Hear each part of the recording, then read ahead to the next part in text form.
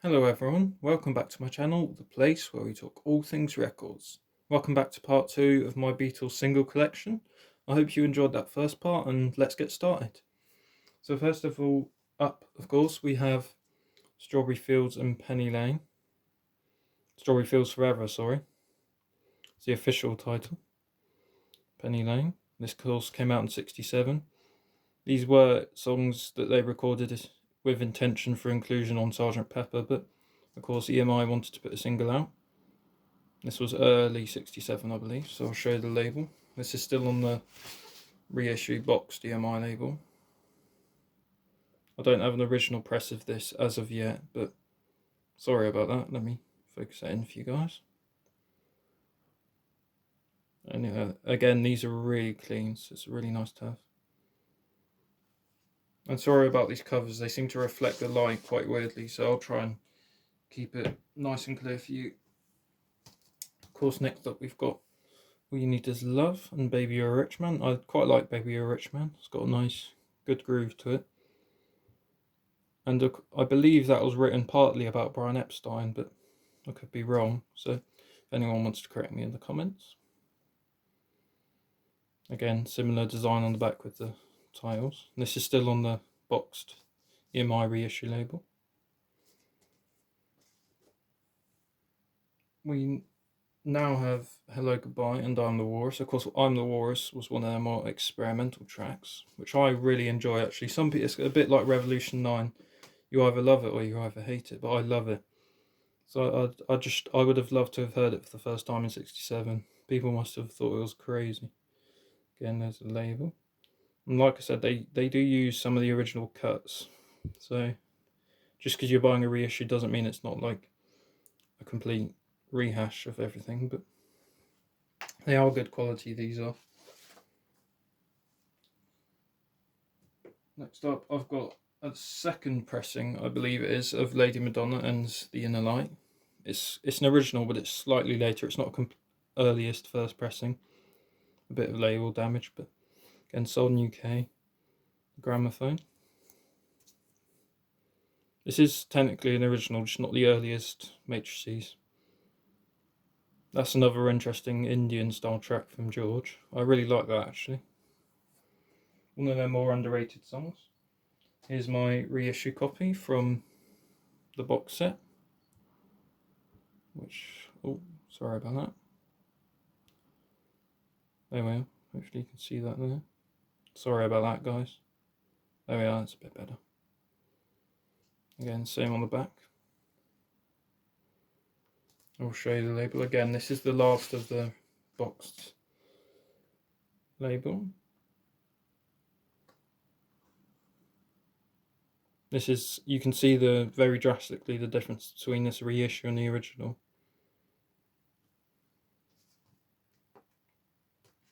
Putting that away, and then now we're on to the Apple label ones. So first up we've got Hey Jude and Revolution. This is the single version of Revolution, of course. This was the faster paced one, because they wanted to release it as a faster paced version rather than the slower one on the White Album. Again, same on the back, but this time we're on the Apple label. This is a lighter coloured Apple, so it's easier to tell the reissues. Hopefully you can see that there. There we are, that's a bit better. It's a bit hard to show the light, because again, these labels are very reflective, so there's the B side.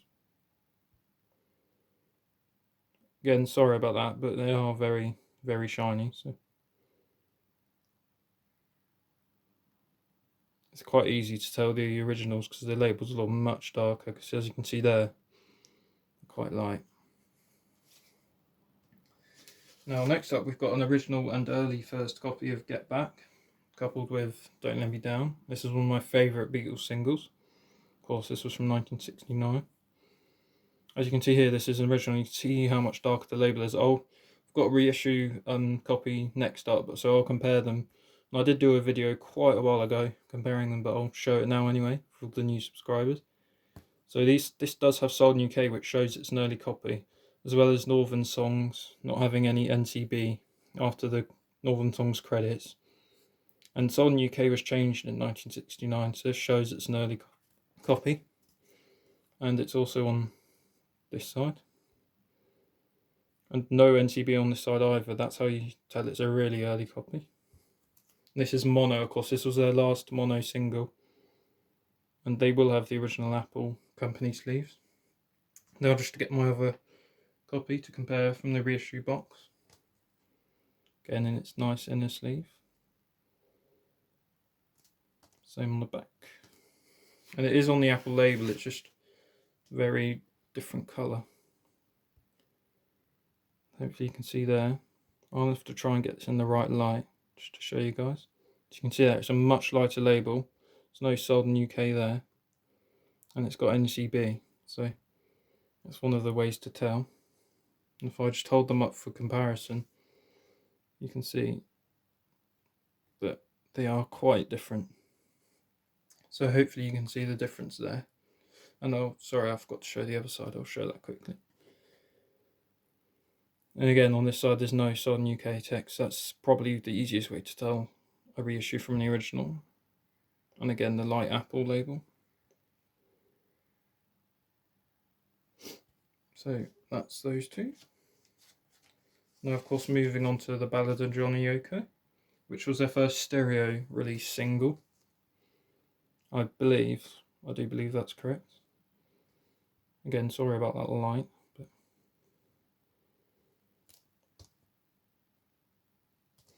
this is also on the Apple label. Now, one interesting thing about this is that it has a mono catalogue number, or matrix number, sorry. Which I'll try and zoom in there. As you can see, it's got the mono matrix number, but it's stereo. So that was just a mistake, I think. And again, this is light colour, so that's how to tell the reissues. And by this point, Sold in UK wasn't on their records anymore. The Sold in UK statement, that is. If you can see that there. Old brown shoe.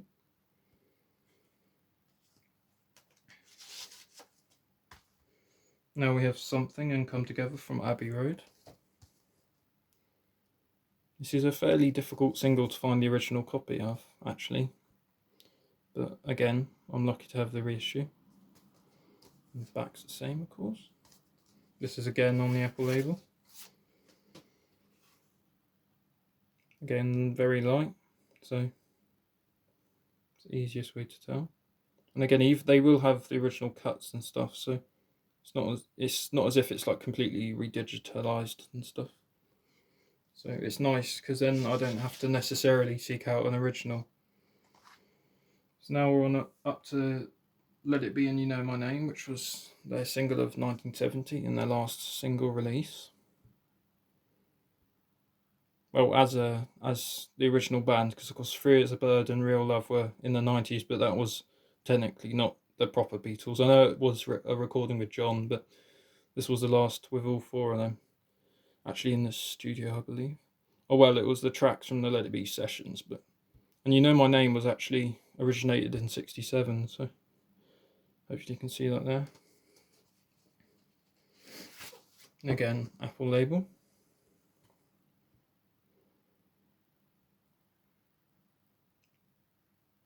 Again, nice condition, this one. Now, this box set also came with a few sort of extra discs. So here we have Yesterday and I Should Have Known Better with a unique picture sleeve. I'm not sure why they included these, but I think it was just an addition, because then the issue after this of this box, it had Sgt. Pepper with it. This is on the box label as well, so that was a nice inclusion. And they also included Back in the USSR and Twist and Shout, which is an interesting combination. This has the White Album picture sleeve style thing, which is nice, because the White Album is my second favourite Beatles album. And this is also on the box label, which I'll show you. It's very nice. It's interesting to have them both on each side, because of course it's two completely different styles of their music, but that's nice in a way, I think, to compare them. So if you show that again. So that's part 2 of my singles collection so far. I will of course post updated videos in the future if I find any copies at car boots, etc. So hopefully you enjoyed that part, and thank you for watching.